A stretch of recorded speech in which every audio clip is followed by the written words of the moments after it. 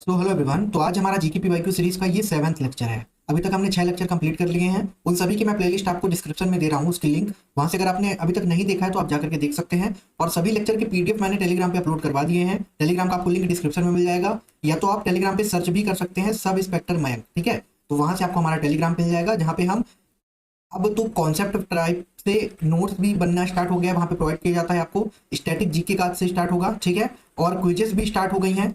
Science की, GK की, सारे सब्जेक्ट की आपको क्विजेस भी मिलेंगी और पीडीएफ वगैरह भी सब कुछ वहीं पे मिलता है, ठीक है। चलिए स्टार्ट करते हैं लेक्चर को। पहला क्वेश्चन है इसमें हमारा, बुक उल रिहलाला पुस्तक किसके द्वारा लिखी गई थी? द बुक उल रिहलाला was written by whom? Ibn Battuta, Amir Khusro, Ziauddin बरानी, या तो फिर अल बरूनी। तो आप सबको पता है, इसके पहले वाले लेक्चर में मैंने आपको बताया था इसकी पुस्तक का नाम। ऑप्शन नंबर यहाँ पे ए करेक्ट हो जाएगा, ठीक है। तो इब्न बतूता द्वारा पुस्तक लिखी गई है बुक अल रिहलाला, ठीक है। इसको एक और नाम से जाना जाता है, रिहला नाम से, ध्यान में रखिएगा, ठीक है। इसी पुस्तक का नाम रिहला भी है, ठीक है। ये किस लैंग्वेज में लिखी गई, अगर ये क्वेश्चन करेगा तो ये अरबी लैंग्वेज में लिखी गई थी। और किस शताब्दी में? तो 14वीं शताब्दी में, ठीक है। ये पॉइंट भी आपको ध्यान में रखना है। अगर आपसे क्वेश्चन करे कि जैसे मैंने आपको बताया था पिछले भी लेक्चर में कि इब्न बतूता कहाँ का शासक था, है ना। तो इब्न बतूता मोरक्को का शासक था, ध्यान में रखिएगा, बहुत इंपॉर्टेंट पॉइंट है ये, ठीक है। कहाँ का शासक था ये? मोरक्को का शासक था, ठीक है। और जो ये रिहला है ये 3 टाइप की है, मतलब कि इसमें क्या क्या बताया गया है ये मैं आपको बता देता हूँ। देखिए, पहले तो रिहला में मोरक्को के अंदर की यात्रा के बारे में बताया गया है, ठीक है। क्या बताया गया है? मोरक्को के अंदर की यात्रा, ठीक है। और दूसरे वाले पार्ट में आपको हिजाज की यात्रा के बारे में बताया गया है, ठीक है, हिजाज की यात्रा। और तीसरे पार्ट में बताया गया है दारा अल अरब के बारे में, ठीक है। दारा अल अरब के जो क्षेत्र हैं उनके बारे में बताया गया है, ठीक है। अगला क्वेश्चन, तृतीयक कोयला किसे कहते हैं? What is known as territory coal? Black, brown, grey, या तो फिर येलो। तो सही क्वेश्चन का आंसर है आपका ऑप्शन नंबर बी। तो ब्राउन यानी कि भूरा कोयला को हम तृतीयक कोयला भी कहते हैं। तो ऑप्शन नंबर यहाँ पे इसका बी करेक्ट हो जाएगा, ठीक है। क्लियर हो गया। अब अगर मैं आपसे बात करूं इन कुछ कोयले के टाइप के बारे में, ठीक है, तो देखिए, कोयले के मेनली टाइप है, पहला टाइप तो होता है एंथ्रेसाइट, आप सबने सुना होगा, ठीक है। एंथ्रेसाइट जो होता है उसमें 80% कार्बन पाया जाता है, ठीक है, 80% से ज्यादा, ठीक है। ये कहाँ मिलता है? तो ये मिलता है जम्मू एंड कश्मीर में, ठीक है। तो ये आपको ध्यान में रखना है कि ये किस क्षेत्र में मिलता है, जम्मू और कश्मीर में, ठीक है। उसके बाद आपको ध्यान में रखना है बिटुमिनस कोयला, ठीक है। बिटुमिनस कोयला कहाँ पाया जाता है, ध्यान में रखिएगा। पहले तो उसमें कार्बन की मात्रा 60 से 80% होती है, ठीक है। और ये दूसरा सेकेंड क्वालिटी में बढ़िया होता है, मतलब कि क्वालिटी के मामले में दूसरा सबसे अच्छा ये कोयला होता है, ठीक है। और इसका उपयोग वाणिज्यिक कोयले के रूप में भी किया जाता है, ठीक है। किसके रूप में? वाणिज्यिक कोयले के रूप में भी इसका यूज किया जाता है। आ गया समझ में? इतने में तो किसको दिक्कत नहीं होगी। ये कहाँ पाया जाता है? तो ध्यान में रखिएगा, ये झारखंड, मध्य प्रदेश, इधर साइड पाया जाता है, ठीक है। झारखंड हो गया, मध्य प्रदेश हो गया, छत्तीसगढ़ हो गया, ठीक है, उड़ीसा हो गया, आंध्र प्रदेश हो गया, इधर साइड बिटुमिनस कोयला पाया जाता है, ठीक है। इतने में तो किसी को दिक्कत नहीं होगी। और पीट आपको ध्यान रख लेना है, जो पीट होता है उसमें कार्बन कितना होता है? 40% से कम होता है पीट में, ठीक है। और लास्ट में आपको ध्यान में रखना है लिग्नाइट, ठीक है। क्या ध्यान में रखना है? लिग्नाइट। अगर मैं लिग्नाइट के बारे में बात करूं तो ये एक भूरा कोयला होता है, ठीक है। ये कैसा कोयला होता है? भूरा कोयला होता है, और इसमें नमी भी थोड़ी बहुत पाई जाती है। ये इसका उत्पादन कहाँ होता है? तो इसका उत्पादन होता है मेनली तमिलनाडु राज्य में, ठीक है। इतना आपको ध्यान में रखना है, ठीक है। क्लियर हो गया? मेनली तमिलनाडु में ही पाया जाता है। अगला क्वेश्चन, स्वराज मेरा जन्मसिद्ध अधिकार है और इसे मैं लेकर रहूंगा, यह प्रसिद्ध कथन किसका है? Swaraj is my birthright and I will be taking it, who is the famous statement? Chandrashekhar Azad, Raja Rammohan Roy, Lokmanya Bal Gangadhar तिलक, सरदार वल्लभ भाई पटेल। तो इसका सही जवाब क्या होगा? इसका सही जवाब होगा ऑप्शन नंबर सी, ठीक है। तो बाल गंगाधर तिलक जो थे उन्होंने ये कथन दिया था। क्लियर हो गया। अब मैं आपको बहुत सारे इंपॉर्टेंट पॉइंट इनके बारे में बता देता हूँ, ठीक है। अगर मैं तिलक जी के बारे में बहुत सारे इंपॉर्टेंट पॉइंट आपको बताऊं तो सबसे पहले आपको ध्यान में रखना है कि स्वराज शब्द सबसे पहले किसने दिया था? तो बाल गंगाधर तिलक जी ने दिया था, ठीक है। इनको एक नाम से और जाना जाता है, किस नाम से? लोकमान्य के नाम से भी इनको जाना जाता है, ये भी आपको ध्यान में रखना है, ठीक है। क्लियर हो गया। इन्होंने डेक्कन सोसाइटी की स्थापना की थी, ध्यान में रखिएगा, ठीक है। किसकी स्थापना की थी? डेक्कन सोसाइटी की, बाल गंगाधर तिलक ने, ठीक है। और इन्होंने किसकी स्थापना की थी? तो फर्ग्यूसन कॉलेज की भी इन्होंने स्थापना की थी, फर्ग्यूसन कॉलेज, ठीक है, इसकी भी स्थापना इन्होंने की थी। और इन्होंने क्या किया था? तो 1916 से लेकर 1916 से लेकर 1918 तक इन्होंने होम रूल आंदोलन में भी हिस्सा लिया था। होम रूल लीग जो आंदोलन है, ठीक है, उसमें इन्होंने हिस्सा लिया था। किसके साथ? एनी बेसेंट के साथ, ठीक है, ध्यान में रखिएगा, किसके साथ? एनी बेसेंट के साथ, ठीक है। इनके 2 समाचार पत्रों के नाम अगर आपसे पूछेगा तो ध्यान में रखिएगा, मराठा व केसरी, ठीक है। मराठा व केसरी 2 समाचार पत्र इनके द्वारा शुरू किए गए थे, ठीक है। इनको भारत के अशांति का जनक भी कहा जाता है, मतलब कि भारतीय अशांति का जनक भी इनको कहा जाता है। तो ये भी आपको ध्यान रखना है, ठीक है। अशांति, भारत का अशांति जनक, ठीक है। क्लियर हो गया। इतना आपको ध्यान में रखना है इनके बारे में, ठीक है। चलो अगला क्वेश्चन, भारत का सबसे बड़ा शिपयार्ड बंदरगाह कौन सा है? Which is the largest shipyard port in India? Mumbai, Chennai, Kolkata या तो फिर कोचीन। तो क्या होगा इसका सही जवाब? इसका सही जवाब होगा आपका ऑप्शन नंबर डी, कोचीन। ठीक है, तो भारत का सबसे बड़ा शिपयार्ड कौन सा है? पोर्ट कोचीन है। आगे समझ में? इसका जो पूरा नाम है वो क्या है? तो इसका पूरा नाम है कोचीन शिपयार्ड लिमिटेड। ठीक है, क्या नाम है? Cochin shipyard limited. और इसको शॉर्ट में हम क्या कहते हैं, ध्यान में रखिएगा, इसको शॉर्ट में कहते हैं CSL। ठीक है, कोचीन शिपयार्ड लिमिटेड कहते हैं। ठीक है, CSL। अब इसके बारे में मैं आपको और इंपॉर्टेंट पॉइंट्स बता देता हूं। ठीक है, तो ये कहां पर है? ये केरल के कोच्चि राज्य में है। ठीक है, कहां है? ध्यान में रखिएगा, केरल के कोच्चि राज्य में ये है। ठीक है, कुछ और शिपयार्ड्स के बारे में अगर आपको मैं बताऊं तो पहला आपको ध्यान रखना है हिंदुस्तान शिपयार्ड। ठीक है, हिंदुस्तान शिपयार्ड कहाँ है? तो ये है विशाखापट्टनम में। ठीक है, कहाँ है? विशाखापट्टनम में। और विशाखापट्टनम कौन से राज्य में है? तो आंध्र प्रदेश राज्य में है। ठीक है, दूसरा आपको ध्यान रखना है गोवा शिपयार्ड। ठीक है, क्लियर हो गया? इसको आपको ध्यान रखना है वास्को डी गामा, इससे संबंध में आपको ध्यान रखना है वास्को डी गामा, जो कि कहाँ है? गोवा में है। ठीक है, क्लियर हो गया? और एक आपको ध्यान में रखना है नौसेना शिपयार्ड। ठीक है, नेवी शिपयार्ड, ये कहाँ है? तो ये कोच्चि में है। और कोच्चि कहाँ पर है? तो केरल में है। ठीक है, तो ये कुछ और शिपयार्ड थे जिनके बारे में मुझे पता था, तो मैंने आपको बता दिया। ठीक है, चल अगला क्वेश्चन, निम्न में से कौन सा राष्ट्रीय राजमार्ग 2 है? NH2 मतलब निम्न में से कौन सा नेशनल हाईवे 2 है, हमें बताना है। बैरकपुर, दिल्ली, ग्रांड ट्रंक या तो फिर बॉम्बे। तो इनमें से दिल्ली रोड जो है उसका नाम है NH2 यानी कि नेशनल हाईवे 2। तो ऑप्शन नंबर यहाँ पे क्या सही हो जाएगा? बी यहाँ पे बिल्कुल सही हो जाएगा। ठीक है, ग्रांड ट्रंक रोड बहुत इंपॉर्टेंट है, ध्यान में रखिएगा। ठीक है, इसको किसने बनवाया था? ये बहुत बार क्वेश्चन करता है कई सारे एग्जाम में। तो इसको बनवाया था शेरशाह सूरी ने। ठीक है, क्लियर हो गया? और इसको एक नाम से और जाना जाता था, सदाक ई शेर शाह। किस नाम से? सदाक ई शेर शाह के भी इसको नाम से जाना जाता था। ठीक है, अगर मैं आपसे बात करूं कि भारत जो है वो मतलब कि राष्ट्रीय राजमार्ग के मामले में कितने नंबर पे है, तो भारत का जो दुनिया में अगर है बात करें तो दूसरा सबसे बड़ा सड़क नेटवर्क है। ठीक है, दूसरे नंबर पे। ठीक है, इसको आपको ध्यान रखना है। अब राष्ट्रीय जो राजमार्ग होते हैं उनमें कई बार कलर से आपसे क्वेश्चन करता है। कलर से कैसे क्वेश्चन करता है? देखिए, क्वेश्चन ये करता है कि जो कई बार पीले और सफेद रंग के वहां पे बने होते हैं ना निशान, तो अगर पीला व सफेद रंग होगा तो उसका मतलब क्या है? तो उसका मतलब होगा कि वो राष्ट्रीय राजमार्ग है। ठीक है, यानी कि नेशनल हाईवे है, अगर पीला और सफेद रंग होगा।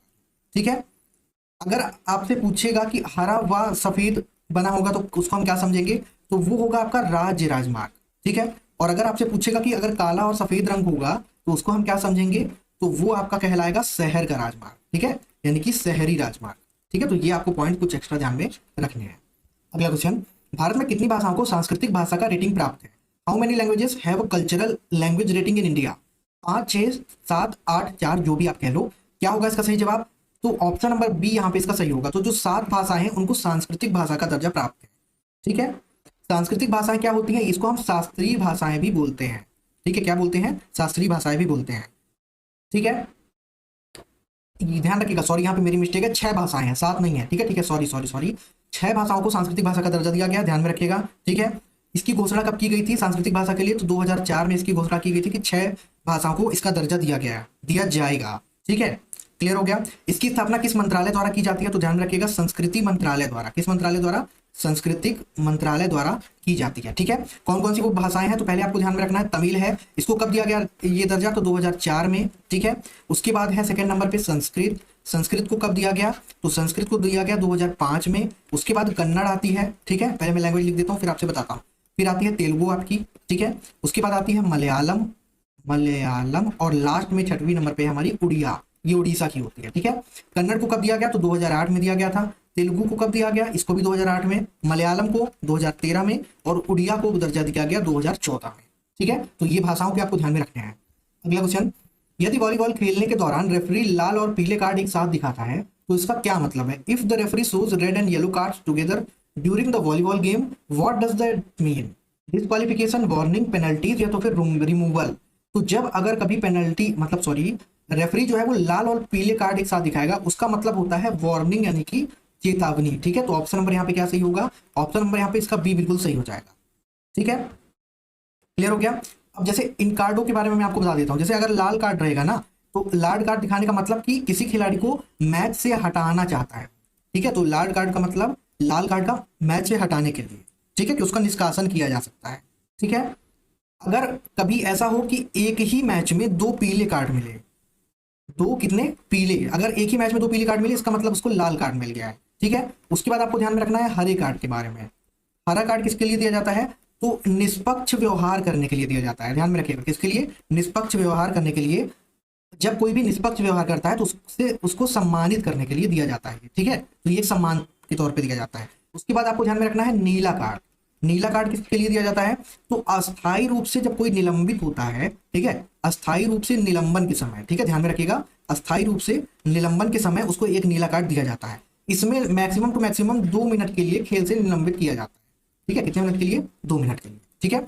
चलो अगला क्वेश्चन, पत्तियों में वाष्पोत्सर्जन की क्रिया मुख्यतः डैश द्वारा होती है। The action of transpiration in the leaves is done by mainly by stomata, acne, microfibres या तो फिर प्लाज्मोडियम।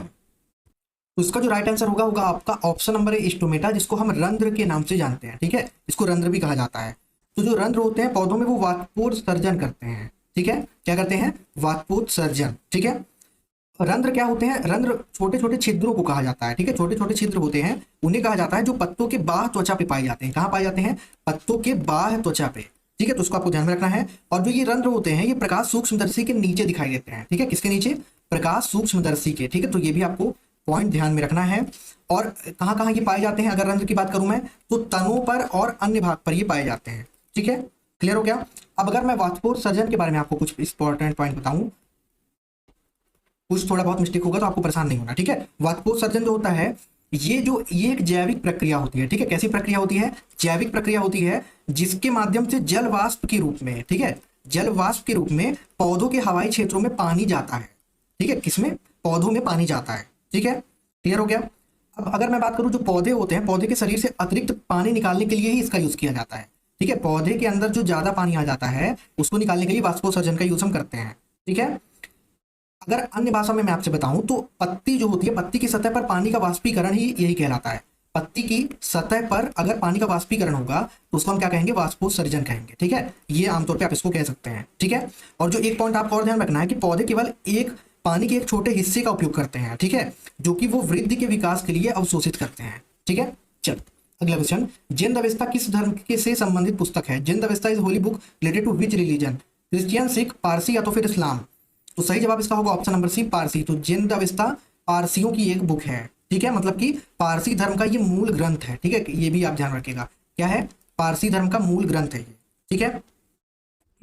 चलो अगर मैं आपसे ये कहूं कि विनय पिटक किस धर्म का है, ठीक है, ये भी क्वेश्चन बन सकता है आपसे। ध्यान में रखिएगा ये बौद्ध धर्म का प्रमुख ग्रंथ है, ठीक है।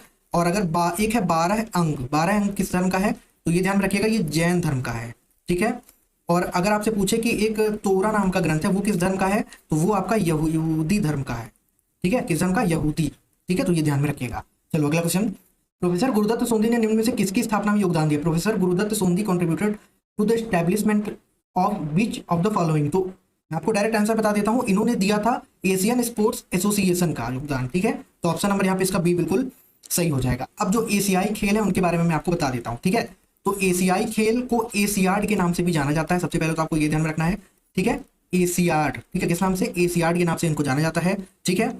ये हर 4 साल में खेला जाता है, ये आप ध्यान में रखिएगा। कितने साल में? 4 साल में एक बार खेला जाता है। पहला एशियाई खेल 1951 में खेला गया था। कहाँ खेला गया था? तो दिल्ली में, यानी कि भारत में खेला गया था, ठीक है। तो ये भी आपको पॉइंट ध्यान में रखना है, ठीक है। क्लियर हो गया? अगर एशियाई खेलों के आदर्श वाक्य की मैं बात करूं कि इसका आदर्श वाक्य क्या है, ये भी क्वेश्चन बनता है कई बार। तो इसका आदर्श वाक्य है, ध्यान में रखिएगा, सदैव आगे बढ़ना, ठीक है। क्या है? सदैव आगे बढ़ना, ये इसका आदर्श वाक्य होता है, ठीक है। ये किसके द्वारा दिया गया था? अगर ये क्वेश्चन करें तो ये भी आप ध्यान में रखिएगा, पंडित जवाहरलाल नेहरू द्वारा दिया गया था, ठीक है। किसके द्वारा दिया गया था? पंडित नेहरू द्वारा ये दिया गया था, ठीक है।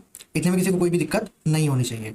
और एक क्वेश्चन आपको ये ध्यान में रखना है कि क्रिकेट को पहली बार एशियाई खेलों में कब शामिल किया गया? तो क्रिकेट को पहली बार 2010 में एशियन में शामिल किया गया, एशियन गेम्स में, एशियाई खेलों में, ठीक है। चलो अगला क्वेश्चन, निम्न में से कौन सा देश भूमध्य रेखा से होकर गुजरता है? विच of the following countries passes through the equator? India, Maldives, Sri Lanka या तो फिर सेल्स? तो इसमें से जो आपका मालदीव्स है वो भूमध्य रेखा से होकर के गुजरता है, ठीक है। जो भूमध्य रेखा है वो 13 देशों से, ठीक है, ध्यान में रखना, और 3 महाद्वीपों से, ठीक है, और 3 जल निकायों से होकर गुजरती है, ठीक है। इतनी जगह से होकर गुजरती है, ठीक है। अब अगर मैं देश के बारे में बताऊं आपको, कौन कौन से वो देश हैं जिनसे होकर गुजरती है, चलिए ध्यान में रखिएगा। तो मैं लिख देता हूं जल्दी से। पहला तो है वो इक्वाडोर, ठीक है, ध्यान में रखिएगा, ठीक है। दूसरा है आपका कोलंबिया, ठीक है। तीसरा है ब्राजील, चौथा है आपका साओ टूम। चलो मैं आपको 5-6 ही बता देता हूँ, नहीं तो ऐसे में ज़्यादा टाइम लग जाएगा, ठीक है। साओ टूम और इंपॉर्टेंट मैं आपको बता देता हूँ। पांचवा ध्यान में रख लेना कांगो, ठीक है। और कौन कौन सा है, कांगो के बाद युगांडा ध्यान में रख लेना, केन्या ध्यान में रख लेना, ठीक है। सातवां है केन्या, यहाँ से भी गुजरती है। और मालदीव्स ध्यान में रख लेना, ठीक है। मालदीव 8 नंबर ये हो गया। और इंडोनेशिया ध्यान में रख लेना, ठीक है। तो यहाँ से गुजरती है, ठीक है। तो ये तो हमारे देश हो गए। अगर महाद्वीप की मैं बात करूँ कौन कौन से महाद्वीप से गुजरती है, तो ध्यान में रखना एशिया, अफ्रीका और दक्षिण अमेरिका, ठीक है। कहाँ कहाँ से, एशिया, अफ्रीका और साउथ अमेरिका से होकर गुजरती है, ठीक है। जल निकाय भी बता देता हूं मैं, कौन कौन से जल निकायों से होकर गुजरती है, ये भी ध्यान में रख लेना आप लोग। तो जल निकाय में आपको ध्यान रखना है अटलांटिक महासागर, ठीक है, इंडियन ओशियन हिंदी महासागर, ठीक है, और पैसिफिक ओशियन यानी कि प्रशांत महासागर, ठीक है। तो यहां से होकर गुजरता है। चलो अगला क्वेश्चन, लोकसभा में सदस्यों की अधिकतम संख्या कितनी है, ये मैंने आपको बहुत बार बताया है, कोई गिनती नहीं है कि कितनी बार बताया, ठीक है। तो इसका आंसर आपको कमेंट में बताना है, ठीक है। क्या होगा इसका राइट आंसर, आपको कमेंट में बताना है लोकसभा में अधिकतम सदस्यों की संख्या, ठीक है। चलो अगला क्वेश्चन, वे पदार्थ जो उत्प्रेरक की क्रियाशीलता को कम करते हैं वो क्या कहलाते हैं। Substances which decreases the activity of catalyst are called, तो उन्हें हम कहते हैं विष यानी कि टॉक्सिन, ठीक है। तो ऑप्शन नंबर यहाँ पे क्या होगा, सी सही हो जाएगा, ठीक है। क्लियर हो गया। इसको हम अवरोधक भी कहते हैं, विष को और किस नाम से जानते हैं, अवरोधक के नाम से भी जानते हैं, ठीक है। ये क्या करते हैं, गतिविधि को कम करने का प्रयास करते हैं, ठीक है। क्या करते हैं, गतिविधि को कम करने का प्रयास, किसकी गतिविधि को, तो उत्प्रेरक की गतिविधि को कम करने का प्रयास करते हैं, ध्यान में रखना, ठीक है। चलो अगला क्वेश्चन, निम्न में से कौन कच्छ की खाड़ी के मुहाने पर स्थित है, विच of the following is situated at the mouth of the gulf of Kutch. क्या होगा सही आंसर, इसका सही आंसर होगा आपका कुंडला, ठीक है। तो ऑप्शन नंबर यहाँ पे ध्यान में रखना सी सही हो जाएगा। कच्छ की खाड़ी के मुहाने पर क्या स्थित है, कंडला स्थित है, ठीक है। इसको कांडला बंदरगाह भी कहा जाता है, ये एक बंदरगाह है, ठीक है, ठीक है। तो जो कांडला बंदरगाह है इसके बारे में इंपॉर्टेंट आपको ये ध्यान रखना है कि ये पश्चिमी जल अरब सागर के माध्यम से, ठीक है, कहां से, पश्चिमी अरब सागर के माध्यम से भारत में प्रवेश करने वाले जहाजों के लिए बनाया गया है, ठीक है। ये कब अस्तित्व में आया, तो ये 1900 के दशक में अस्तित्व में आया था। और ये मेनली गुजरात राज्य में स्थित है, कहाँ, गुजरात राज्य में स्थित है। और ध्यान में आपको एक ध्यान रखना है आपको जेएनपीटी के बारे में। जेएनपीटी क्या है, जवाहरलाल नेहरू बंदरगाह, ठीक है। तो ये एक नावा सेवा बंदरगाह है, ठीक है। कैसा बंदरगाह है, नावा सेवा बंदरगाह है। इसको बड़ी कंटेनर बंदरगाह के रूप में भी जाना जाता है, किसके रूप में, बड़ी कंटेनर बंदरगाह के रूप में भी इसको जाना जाता है, ठीक है। ये कहाँ स्थित है, तो ये महाराष्ट्र के मुंबई में स्थित है, ठीक है, जवाहर वाला।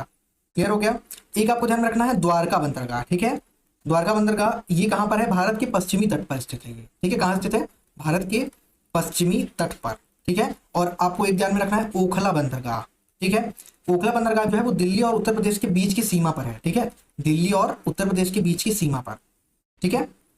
चलो अगला क्वेश्चन, मूल अधिकार क्या है, what are the basic rights, principal duty, basic natural and inevitable rights, या तो फिर रूल। तो क्या है मूल अधिकार, यही है, basic natural and inevitable rights हैं, ठीक है। बाकी मैंने आपको मौलिक अधिकारों के बारे में बहुत सारी चीजें बताई हैं, चलो फिर से आज बता देता हूं एक बार। जो मौलिक अधिकार है वो अनुच्छेद भाग 3 के किस अनुच्छेद में है, पहले मैं आपको बता चुका हूं, अनुच्छेद 12 से लेकर 35 तक इसमें बताया गया है, ठीक है।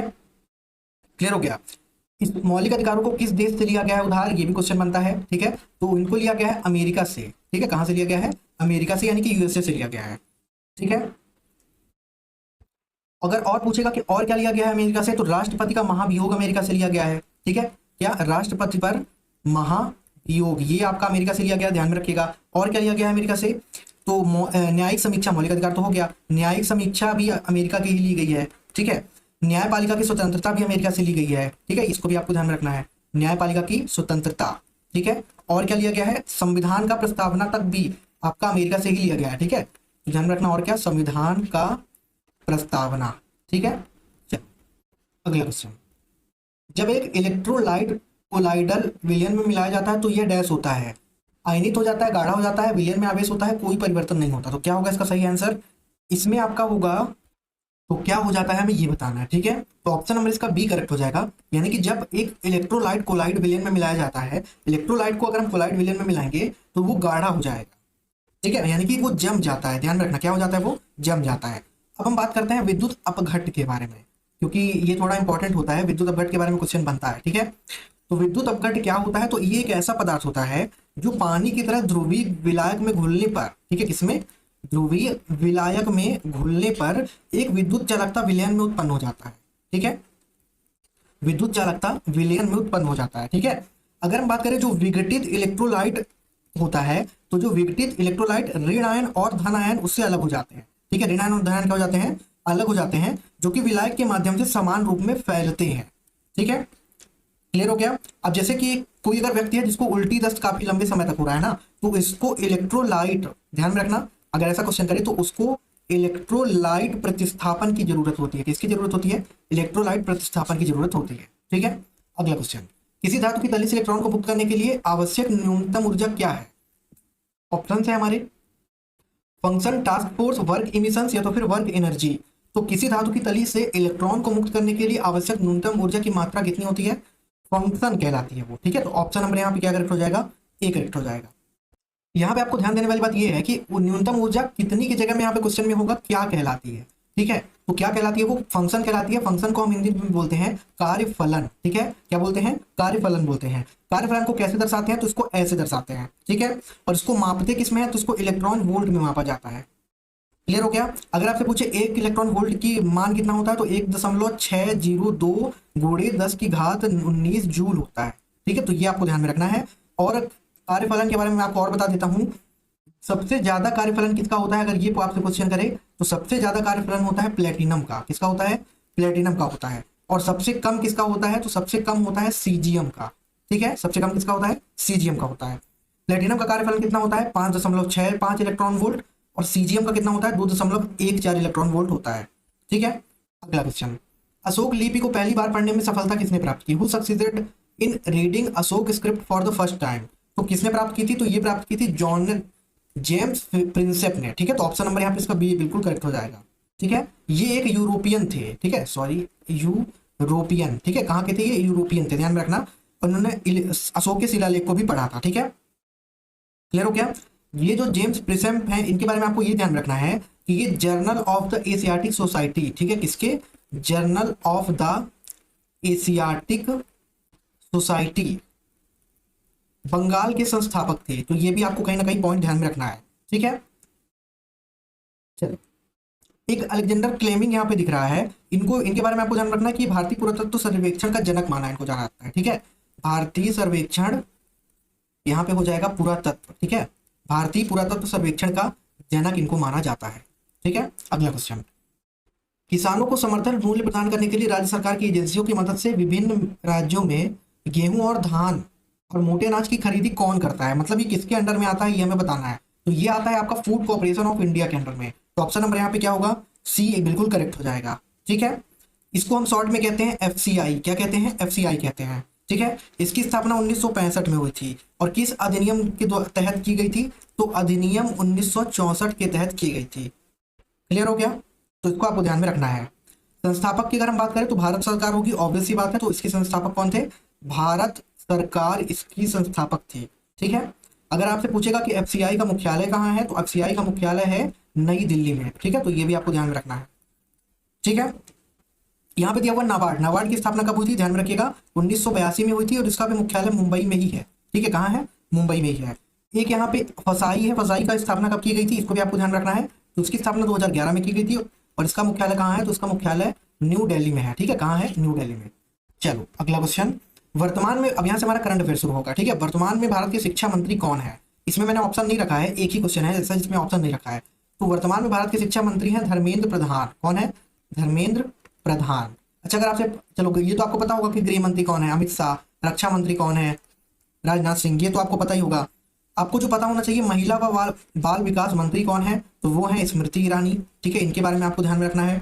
ठीक है, सूचना और प्रसारण मंत्री अगर आपसे पूछेगा तो उनके बारे में आपको ध्यान रखना है, अनुराग ठाकुर है वो। ठीक है, कौन है, अनुराग ठाकुर, इनका आपको ध्यान रखना है। शिक्षा मंत्री तो मैंने बता दिया, धर्मेंद्र प्रधान। रेल मंत्री आपको ध्यान रखना है, रेल मंत्री कौन है वर्तमान में, तो रेल मंत्री है अश्विनी वैष्णव। ठीक है, वैष्णव, ये भारत के वर्तमान में रेल मंत्री हैं। ठीक है, और आपको ध्यान में रखना है जल शक्ति मंत्री का। ठीक है, जल शक्ति मंत्री अगर आपसे पूछेगा कि कौन है इस समय वर्तमान में, तो वो है गजेंद्र सिंह शेखावत। ठीक है, कौन है, गजेंद्र सिंह शेखावत। ठीक है, तो इनके बारे में भी आपको ध्यान में रखना है। अगला क्वेश्चन, राज्यसभा के वर्तमान उपसभापति कौन है, ऑप्शन हमारे इसमें है पीयूष गोयल, हरिवंश नारायण सिंह, जगदीप धनखड़ या तो फिर मल्लिकार्जुन खड़गे। तो वर्तमान उपसभापति हैं, ऑप्शन नंबर यहाँ पे सी होगा। ठीक है, जगदीप धनखड़। उपसभापति कौन होता है? भारत का उपराष्ट्रपति ही राज्यसभा का उपसभापति होता है, तो इसमें उपसभापति कौन कहलाएंगे? जगदीप धनखड़ कहलाएंगे। ठीक है, एक गड़बड़ यहाँ पे मुझे थोड़ा सा लग रही है। नहीं नहीं नहीं, देखिए सभापति जो होता है वो राष्ट्रपति उपराष्ट्रपति होता है, सॉरी सभापति होता है उपराष्ट्रपति। ठीक है, तो यहाँ पे अगर सभापति पूछता तब होता जगदीप धनखड़। यहाँ पे क्या पूछ रहा है? उपसभापति, तो होगा हरिवंश नारायण सिंह। ठीक है, सॉरी ऑप्शन नंबर यहाँ पे बी करेक्ट हो जाएगा। ठीक है, अगर आपसे पूछेगा कि राज्यसभा के महासचिव इस समय कौन है, ये भी क्वेश्चन कर सकता है, तो ध्यान में आपको रखना है प्रमोद चंद्र मोदी है। ठीक है, कौन है? प्रमोद चंद्र मोदी। ठीक है, और अगर आपसे पूछे कि अध्यक्ष कौन है, लोकसभा के अध्यक्ष कौन है, तो लोकसभा के अध्यक्ष हैं इस समय ओम बिरला। ठीक है, कौन है? ओम बिरला। क्लियर हो गया। अगर आपसे पूछेगा कि लोकसभा के महासचिव कौन है इस समय, तो ध्यान में रखिएगा लोकसभा के महासचिव हैं उत्पल कुमार सिंह। ठीक है, कौन है? उत्पल कुमार सिंह। ठीक है, तो ये भी आपको ध्यान में रखना है। अगला क्वेश्चन, भारत के राष्ट्रीय सुरक्षा सलाहकार कौन है? Who is the national security advisor of India? तो ये बहुत इजी क्वेश्चन है, यहाँ पे ऑप्शन नंबर ए इसका करेक्ट होगा, अजीत डोभाल। ठीक है, तो ऑप्शन नंबर ए यहाँ पे इसका बिल्कुल सही हो जाएगा। अगर आपसे पूछे कि उपराष्ट्रीय कौन है उपराष्ट्रीय सुरक्षा सलाहकार, तो वो है पंकज सिंह। ठीक है, कौन? पंकज सिंह। तो इनका नाम आपको ध्यान में रखना है। अगर आपसे पूछे कि नरेंद्र मोदी के सलाहकार कौन है, ठीक है, ये भी क्वेश्चन कर सकता है आपसे, तो वो है तरुण कपूर। ठीक है, कौन है? तरुण कपूर। क्लियर हो गया। कैबिनेट सचिव अगर आपसे पूछेगा कौन है, ठीक है, भारत के कैबिनेट सचिव, तो वो है राजीव गाबा। कौन है? राजीव गाबा। ठीक है, इसका आपको ध्यान रखना है। रक्षा सचिव अगर आपसे पूछेगा भारत के, रक्षा मंत्री और रक्षा सचिव दोनों अलग चीज होती है। ठीक है, तो रक्षा सचिव है गिरिधर अरमाने। ठीक है, कौन है? गिरिधर अरमाने। ठीक है, और राजस्व सचिव भी आपको ध्यान में रखना है। तो राजस्व सचिव कौन है भारत के वर्तमान में? ये है संजय मल्होत्रा। ठीक है, कौन? संजय मल्होत्रा है। ठीक है, तो ये ध्यान में रखिएगा। अगला क्वेश्चन, नीति आयोग के सीईओ कौन है? Who is the CEO of NITI Aayog? तो इस समय सीईओ है सुमन बेरी। ठीक है, तो ऑप्शन नंबर यहाँ पे इसका बी सही हो जाएगा। ठीक है, कौन है? सुमन बेरी। अच्छा, नीति आयोग के बारे में आपको ध्यान में ये रखना है कि नीति आयोग का अध्यक्ष कौन होता है? जो भारत का प्रधानमंत्री होगा वही नीति आयोग का अध्यक्ष होगा। ठीक है, तो इस समय कौन कहलाएंगे नीति आयोग के अध्यक्ष? कहलाएंगे नरेंद्र मोदी। ठीक है, क्योंकि इस समय वो भारत के प्रधानमंत्री हैं। ठीक है, तो ये आपको ध्यान में रखना है। सीईओ, एक सेकंड, ये गड़बड़ हो रही है, देखिए सॉरी यहाँ पे भी गड़बड़ हो गई है। ऑप्शन ए यहाँ सही होगा, बीवीआर सुब्रमण्यम। ठीक है, सुमन बेरी जो है वो उपाध्यक्ष है, ध्यान में रखना। कौन है? उपाध्यक्ष है सुमन बेरी, और सीईओ कौन है? बीवीआर सुब्रमण्यम है। ठीक है, ध्यान में रखिएगा। अगर आपसे पूछेगा कि 22वें विधि आयोग के अध्यक्ष कौन है, ठीक है, ये भी क्वेश्चन कर सकता है। तो 22वें विधि आयोग के अध्यक्ष हैं ऋतुराज अवस्थी। ठीक है, कौन? ऋतुराज अवस्थी। तो इनके नाम भी आपको ध्यान रखना है। और अगर आपसे पूछ ले एनसीडब्ल्यू, एनसीडब्ल्यू क्या होता है? राष्ट्रीय महिला आयोग, इसका अध्यक्ष अगर आपसे पूछेगा तो ये ध्यान में रखिएगा रेखा शर्मा। ठीक है, जितना मुझको ध्यान में आ रहा है मैं आपको बता रहा हूँ। ठीक है, अगर आपसे पूछे 15वें वित्त आयोग का, ये भी हो सकता है पूछ ले, तो ये ध्यान रखिएगा नंद किशोर सिंह। ठीक है, कौन? नंद किशोर सिंह ये थे। ठीक है, क्लियर हो गया। चलिए अगला क्वेश्चन, समान नागरिक संहिता यूसीसी को लागू करने वाला भारत का पहला राज्य कौन सा है? तो सबसे पहले भारत में समान नागरिक संहिता कौन लागू किया था? कौन सा राज्य? तो वो लागू किया था उत्तराखंड। ठीक है, तो ऑप्शन नंबर यहाँ पे ए इसका सही हो जाएगा। ठीक है, क्लियर हो गया। अच्छा, एक क्वेश्चन ये बनता है आपसे कि पहली गोरिल्ला ग्लास विनिर्माण सुविधा कौन सी? गोरिल्ला ग्लास विनिर्माण सुविधा सबसे पहले किस राज्य में हुई? ये ध्यान में रखिएगा। तो ये हुई सबसे पहले तेलंगाना में। ठीक है, कहाँ? तेलंगाना में। क्लियर हो गया। सौर ऊर्जा शहर का उद्घाटन सबसे पहले किस शहर में हुआ? किस राज्य में? सौर ऊर्जा शहर का ध्यान रखिएगा। तो ये सबसे पहले हुआ था मध्य प्रदेश में, सांची में। ठीक है, सबसे पहला मानचित्र संग्रहालय कहाँ खुला? अगर आपसे ये क्वेश्चन करे, भारत का सबसे पहला मानचित्र संग्रहालय कहाँ खुला? कौन से राज्य में? तो ये खुला उत्तराखंड में। ठीक है, अगर आपसे पूछे पहला वेटलैंड शहर कौन सा? पहला वेटलैंड शहर भारत का कौन से राज्य में और कौन सा है? तो वो है उदयपुर। ठीक है, और ये है आपका राजस्थान में। ठीक है, तो इसके बारे में भी आपको ध्यान में रखना है। और क्या होगा? और हाँ, एक ध्यान में ये रख लीजिएगा कि आर्थिक सर्वेक्षण जारी करने वाला भारत का पहला राज्य, ठीक है, आर्थिक सर्वेक्षण जारी करने वाला भारत का पहला राज्य कौन सा है? तो वो है बिहार। ठीक है, तो ये कुछ इंपॉर्टेंट पॉइंट्स हैं। इस वीडियो में हम इतना ही रखते हैं, बाकी का आपका अगले लेक्चर में मैं कवर कर दूंगा। ठीक है, वीडियो अगर अच्छा लगा, क्योंकि लेक्चर काफी लंबा हो जाएगा इस वजह से। ठीक है, तो आप डेली आप नोट करते जाइए। अब आपकी क्लासेस डेली होंगी। कोई अगर आपका डाउट आता है तो कमेंट करके आप पूछ सकते हैं। टेलीग्राम आप जरूर ज्वाइन कर लें, क्योंकि वहां पे पीडीएफ, क्विजेस और इंपॉर्टेंट पोस्ट जरूर मिलती है आपको। ठीक है, मिलते हैं जल्दी नेक्स्ट वीडियो में, तब तक के लिए थैंक यू।